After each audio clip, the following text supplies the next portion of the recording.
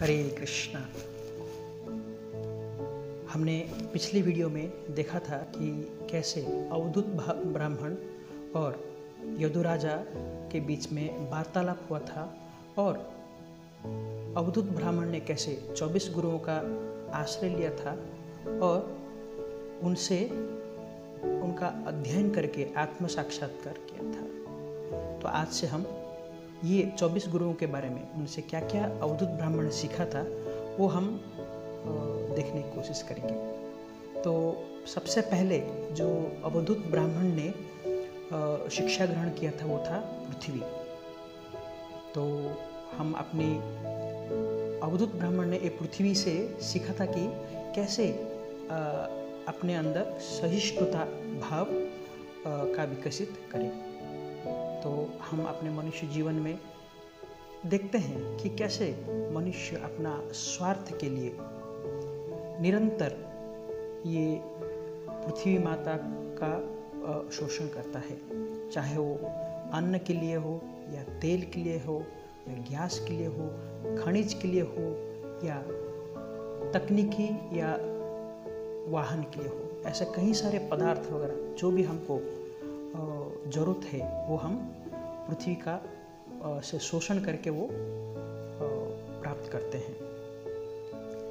वैसे कई बार हमने देखा होगा कि घने घने जंगल को भी काट के ज़मीन प्राप्त करते हैं। तो इतना सारा शोषण करने के बाद भी पृथ्वी माता कभी भी अपना पदार्थ मनुष्य को देने के लिए मना नहीं करती। तो यही सहिष्णुता भाव जो है अवधूत ब्राह्मण ने पृथ्वी से सीखा, जो कि हमारा आध्यात्मिक जीवन में भी इसका बहुत ही महत्वपूर्ण है।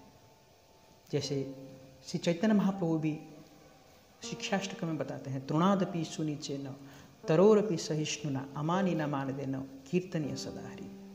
सो तरोरपि सहिष्णुना, वृक्ष जैसे सहिष्णुता है, हाँ, तो ऐसे हमको भी ये सहिष्णुता भाव विकसित करना चाहिए। तो इसी से हम निरंतर हरिनाम ले सकते हैं। और दूसरा जिससे अवधूत ब्राह्मण शिक्षा ग्रहण किया है वो है वायु। तो वायु से अवधूत ब्राह्मण ने सीखा है कि कैसे इस जगत में रहकर भी हम अनासक्त हो सकते हैं। तो हम देखते हैं कि वायु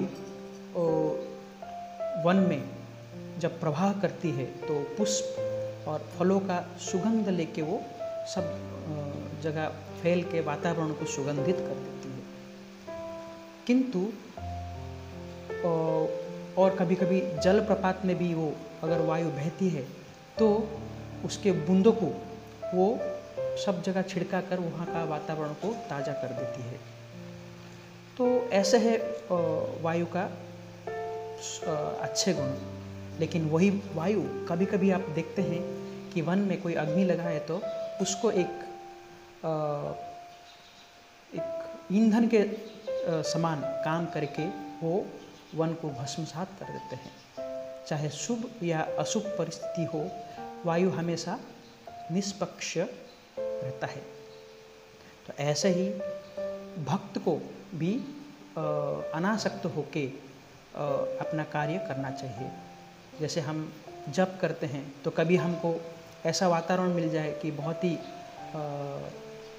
शुद्ध वातावरण और जहाँ हमको जप करने के लिए बहुत ही आनंद आ रहा हो।